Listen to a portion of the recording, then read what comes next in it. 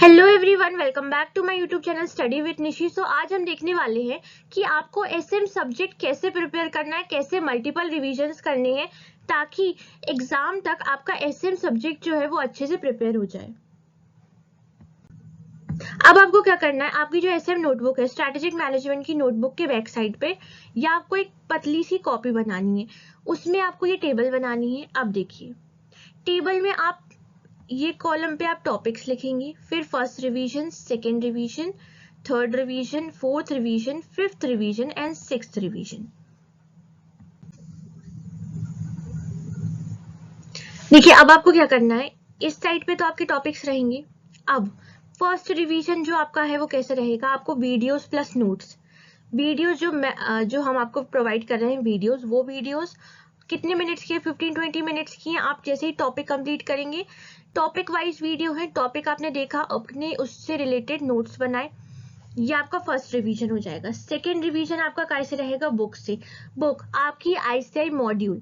Second revision आप करेंगे book से, आपकी आईसीआई मॉड्यूल से। थर्ड रिवीजन रफ नोट्स, आप अपनी रफ नोटबुक बनाएंगे। रफ नोटबुक में आपको जो भी उस टॉपिक के बारे में याद है, उस टॉपिक के बारे में आपको जो भी नॉलेज है वो आप अपनी रफ नोट में बनाएंगे। फोर्थ रिवीजन आप चार्ट बनाएंगे and fifth revision book question and six PYQ, MTPs and RTPs. देखिए, फिर जो भी टॉपिक्स आप कवर कर रहे हैं उसका डेट एंड टाइम आप जरूर रिकॉर्ड कीजिएगा, कौन सी डेट पर आपने वो टॉपिक कवर करा एंड उस टॉपिक को करने में फर्स्ट रिवीजन में आपको कितना टाइम लगा, सेकेंड रिवीजन में कितना, थर्ड फोर्थ फिफ्थ कितना टाइम लगा, आपको वो मेंशन करना है। एग्जाम्पल देखते हैं। अब आप मान लीजिए आप चैप्टर 1 का प्रोएक्टिव एंड रिएक्टिव टॉपिक आपने कंप्लीट किया, आपने फर्स्ट रिवीजन किया। मान लीजिए आपने फर्स्ट रिवीजन किया 21 जून को, फर्स्ट रिवीजन आपका हुआ 21 जून को, उसमें आपको लगे 1 आवर। नेक्स्ट रिवीजन जो आपने किया, जस्ट उसके एक दिन बाद आपको बुक के रिवीजन करना है। जैसे ही 21 को आप वीडियोस एंड नोट्स बनाते हैं, वीडियोस देखते हैं, नोट्स बनाते हैं, 2 जून को आपको बुक से करना है। अब बुक से करने में आपको जो वीडियो नोट्स बनाए हैं उससे कम टाइम लगना चाहिए।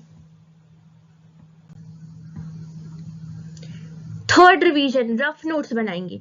अब ये 21 और 22 ये तो आपको इंस्टेंट करना है, जैसे ही 21 जून को आपने वीडियो नोट्स बनाए, 22 को बुक से करना है। थर्ड जो है, थर्ड रिवीजन जस्ट आपको फोर्थ डे बाद, 22 जून से जस्ट 4 डेज बाद आपको रफ नोट्स में बनाना है। मतलब प्रोएक्टिव रिएक्टिव के बारे में आपको जो भी नॉलेज है वो आपको ये मेंशन करनी है, लिखनी है। देन आपका आ जाता है फोर्थ रिवीजन। फोर्थ रिवीजन आप कब करेंगे, जैसे ही आप ये रफ नोट्स बनाएंगे इसके 1 वीक बाद आपको फोर्थ रिवीजन करना है।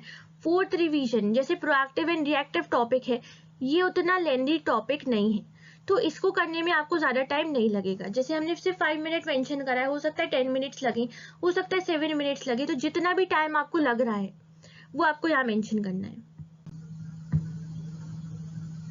और इतना 4 रिवीजन करने के बाद आपको अच्छे से इस प्रोएक्टिव और रिएक्टिव टॉपिक हो या कोई भी टॉपिक हो, 4 रिवीजन तक आपको उस टॉपिक की अच्छे से नॉलेज हो जाएगी। उसके बाद आप बुक के question, PYQ and RTP solve कर सकते हैं।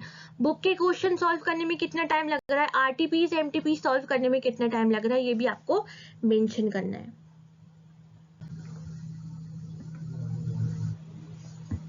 देखिए, जैसे ही आपने प्रोएक्टिव रिएक्टिव टॉपिक कंप्लीट किया, प्रोएक्टिव रिएक्टिव टॉपिक के बाद आप नेक्स्ट टॉपिक हो सकता है आपका importance and limitation. Importance and limitation के साथ भी आप सेम प्रोसेस ट्राई करेंगे। फिर जो आपके अदर टॉपिक्स है उसके साथ भी सेम प्रोसेस ट्राई करेंगे। फिर जब आपका चैप्टर 1 कंप्लीट हो जाएगा, आप टाइम का टोटल निकाल लीजिएगा, कितना टाइम लगा आपको फर्स्ट रिवीजन करने में, सेकेंड रिवीजन करने में, थर्ड रिवीजन करने में, फोर्थ रिवीजन करने में कितना टाइम लगा, ये टाइम का टोटल करेंगे। अब ये करने से क्या है, ये करने से एक तो आपका रिवीजन हो जाएगा, और जैसे ही आप ये चीजों की रिकॉर्ड बनाते हैं ना, तो आपका अंदर से मोटिवेशन फील होता है, अंदर से पढ़ने की इच्छा बढ़ जाती है। जैसे ही आप इसे रिकॉर्ड्स बनाते हैं, रिकॉर्ड्स बना के पढ़ाई करते हैं कि आज मुझे ये टॉपिक करना है, एक तो आपको टॉपिक नहीं सोचना कि आज आपको कौन सा टॉपिक कंप्लीट करना है, आपको पता है कि आज मेरे को ये टॉपिक कंप्लीट करने हैं, ये टॉपिक का रिवीजन करना है, ये टॉपिक देखिए। अब किसी टॉपिक को आपको बुक से पढ़ना है, किसी टॉपिक का आपको चार्ट बनाना है, तो ये आपको पता रहेगा आज आपको कौन से टॉपिक का रिवीजन करना है। सो ये जो टॉपिक्स का रिवीजन करने का प्रोसेस है, ये ट्राइड एंड टेस्टेड है और ये वर्क करता है। अब देखिए आपको क्वेश्चन सॉल्व कैसे करने हैं, चाहे वो स्टडी मटेरियल का हो, पीवाईक्यू, एमटीपीज, आरटीपीज का हो। 4 रिवीजन आपके हो चुके हैं। 4 रिवीजन के बाद आप पीवाईक्यू, एमटीपीज, आरटीपीज सॉल्व करेंगे। तो आपको सॉल्व कैसे करने हैं, फर्स्ट और सेकंड क्वेश्चन को आप डिटेल में सॉल्व करेंगे। अब डिटेल में सॉल्व कैसे करना है, आप देखिए डिटेल में जब आप सॉल्व करेंगे तो अगर वो केस सिनेरियो बेस्ड क्वेश्चन है और उसमें कंपनी का नेम है तो कंपनी का नेम मेंशन करेंगे, फर्म का नेम मेंशन करेंगे, देन जो भी स्ट्रैटेजी यूज हो रही है उसका नेम मेंशन करेंगे, देन एक्सप्लेनेशन मेंशन करेंगे, डायग्राम बनाएंगे, एडवांटेज, डिसएडवांटेज और कंक्लूजन, ये स्ट्रक्चर में और डिटेल में आप लिखेंगे। ये आप सिर्फ किसके साथ करेंगे, 1 या 2 क्वेश्चन को अच्छे से डिटेल में सॉल्व करना है। फिर जितने भी रिमेनिंग क्वेश्चन हैं, अब आपके पास टाइम की कमी हो सकती है तो रिमेनिंग क्वेश्चन को आपको कैसे सॉल्व करना है, ये आपको क्या करना है, प्रैक्टिस के टाइम पे करना है। जब भी आप ये पीवाईक्यू, एमटीपी सॉल्व करेंगे तब करना है। अब ब्रीफ में कैसे सॉल्व करना है, आपने क्वेश्चन रीड किया, जैसे कि सिनेरियो बेस्ड क्वेश्चन है, एग्जांपल ले लीजिए, आपको पता है इसमें क्या स्ट्रैटेजी यूज हुई है, स्ट्रैटेजी आपको पता चल गई, स्ट्रैटेजी यूज लिखना है। एडवांटेज, डिसएडवांटेज जितने भी आपको याद है वो आप लिख लीजिए। सिर्फ आपको क्या लिखना है, जो मेन कीवर्ड्स है, कीवर्ड्स जितने हैं उतने आपको लिखने हैं। सो ये है आपका पूरा स्ट्रक्चर, आपको क्वेश्चन कैसे सॉल्व करना है, आपको रिवीजन कैसे सॉल्व करना है। सो आज हमने ये देखा। सो आई होप आपको ये बेनिफिशियल लगा होगा, और आपको अगर पसंद आया हो तो लाइक कीजिएगा, सब्सक्राइब कीजिएगा और अपने फ्रेंड्स के साथ शेयर कीजिएगा। Thank you so much for watching.